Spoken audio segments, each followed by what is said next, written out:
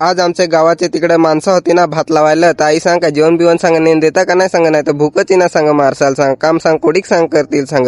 तसे मग आम्ही काय नाही तयारी बियारी केली आणि बाबा मी निघालो. तर आमच्या पाठी ते रॉकेचं काय काम काय माहित, बाबा थोडी घाई करत जा काय सांगाय नको. तर आमचे येण पुढे पाहत होता नांगराय का काय घेतला होता. सीडीसी पोहोचलो तर रॉकेल आणि मला साहेबाला जसा सीडी उघडून ठेवला होता. तुम्हाला मी मागच्या व्हिडिओत सांगेल ना काय आमचे म्हणून जायला रस्ता असा डेंजर आहे. तर हो पहा ना दर्डीला चढायला लागत. तर मी बाबा असा धापधूप करत, बाबा तो हा पाठीमागून जे आमच्या मसा चढत ते रॉक्या लवकर ये नाही दर्डीला.